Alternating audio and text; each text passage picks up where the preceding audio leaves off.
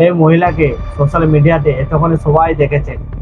কয়েকদিন ধরে সোশ্যাল মিডিয়ায় প্রচুর ভাইরাল হচ্ছেন এর ভিডিও। যারা দেখেনি তারা এক ঝলক দেখে নিন, তারপরে আমি এনার সম্বন্ধে আপনাদেরকে কিছু বলবো।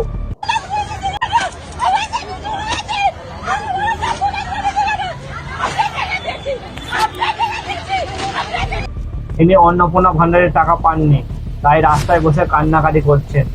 আমার তো মনে হয়নি যে এরকম আচারে বিচারে খাওয়া একজন সন্তানহারা মায়েরাই করে।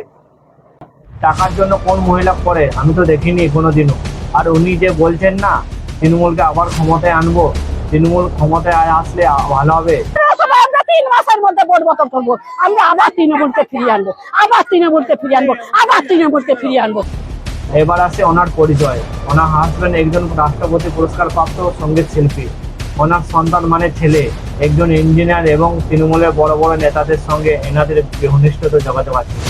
এটাই এখন সোশ্যাল মিডিয়াতে শোনা যাচ্ছে। যারা এনাকে চেনেন না তারা সোশ্যাল মিডিয়াতে এসে কমেন্ট করে জানাচ্ছেন।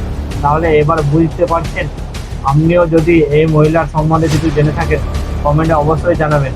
আরও একজন অন্নপূর্ণা ভান্ডারের টাকা পেয়ে খুশিতে আত্মহারা হচ্ছে, তারও হাসি খুশির ভিডিও ভাইরাল। চলো এনার ভিডিও একবার আপনাদেরকে দেখাই।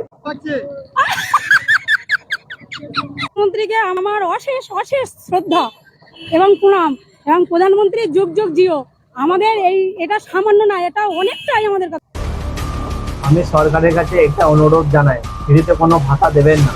তার বিনিময়ে পশ্চিমবাংলার মা বোনেদের জন্য 3,000 টাকার ভাতা বা অনুদান না দিয়ে এমন কোনো উপায় বের করুক, যাতে করে ওই টাকার বিনিময়ে ওনার রাজ্যের বিভিন্ন প্রকল্প যেমন স্বচ্ছ ভারত মিশন, ডেঙ্গু ম্যালেরিয়া নিয়ন্ত্রণ, সচেতন শিবির, পরিবার পরিকল্পনা শিবির, পোলিও টিকাকরণ, বয়স্কদের ছানি অপারেশন শিবিরের সহায়তায় 18 বছরের নিচে কন্যাদের বিবাহ আটকাতে সচেতন প্রসার, মহিলারা স্বনির্ভরতা উৎসাহ প্রদান, ঘরে ঘরে শৌচাগার নির্মাণ ও ব্যবহারের পরামর্শের কাজ সহ অন্যান্য কোনো না কোনো কাজ করে দিন।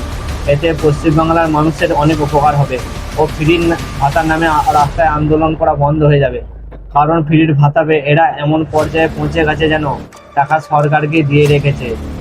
তো এতটুকুই বলবো, রাজ্যে কেউ বিশৃঙ্খলা সৃষ্টি করবেন না।